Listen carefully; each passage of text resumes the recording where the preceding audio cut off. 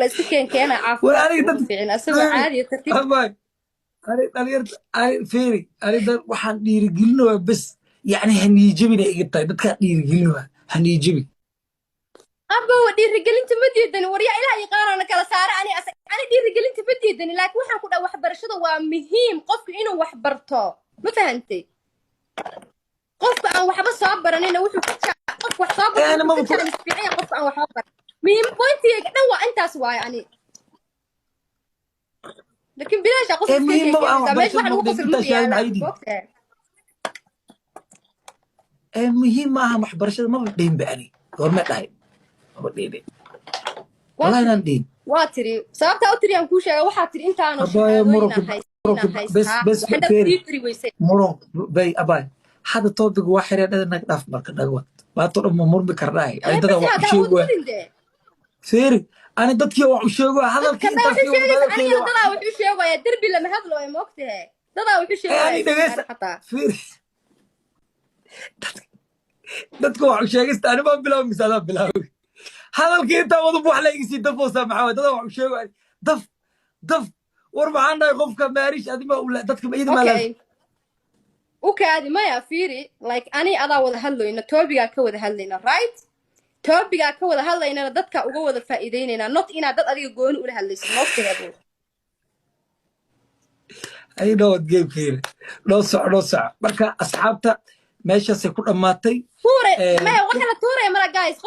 جايز قفل تورة يا مرا ما وقت أنا أسك ريسبكتي ولا اللي ما وأنا قحسوش شيء وينا كليه waxa way muhiimada ina hadalka isku fahano hadaan topic isku fahmo weynaa dawaab iska istaajina daarisid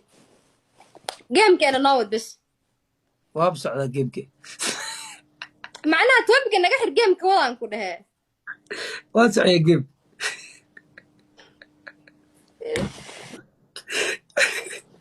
hal mid ku sheeg okay wada asxaabta marka qof wada ma dabeecada marar badan oo kugu arkay marka qof hadal caadi ka wada hadlaysaan like qosolka oo aan macnaha ku fadhin ma fiicna iska istaaji bas arfays walaalnimo aan ku siinaa bas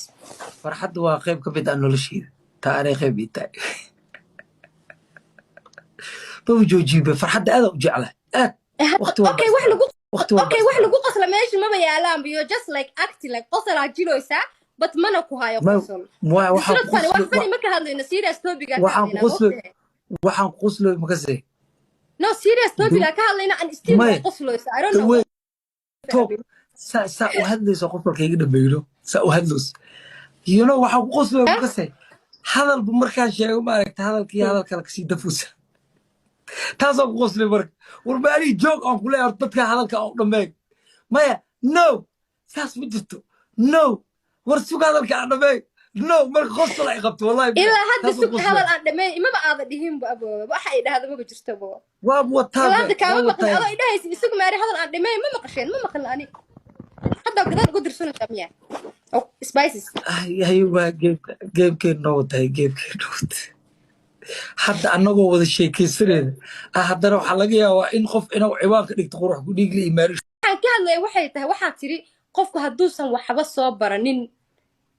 okay waxa tiri like qof wax bartay anoo shahaado haysto baan waxba waayay waa ta hadalkaaga muhiim intaas ugu jeeda sax laakiin waxaan ku dhahay qofku wax aan soo baranin iyo qof wax soo bartay labadaba chance way u sameeyeen waxaana chance badan qofku wax soo bartay mar walba okay hadda halkii ma fahanteen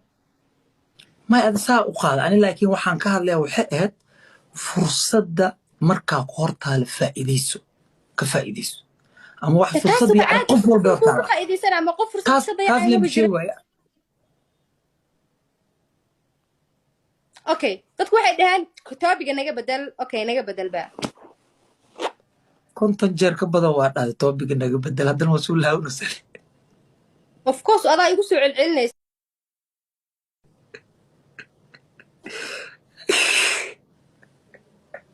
أنا مرقاد جعجبة باك ما قصر كلا سكين كيان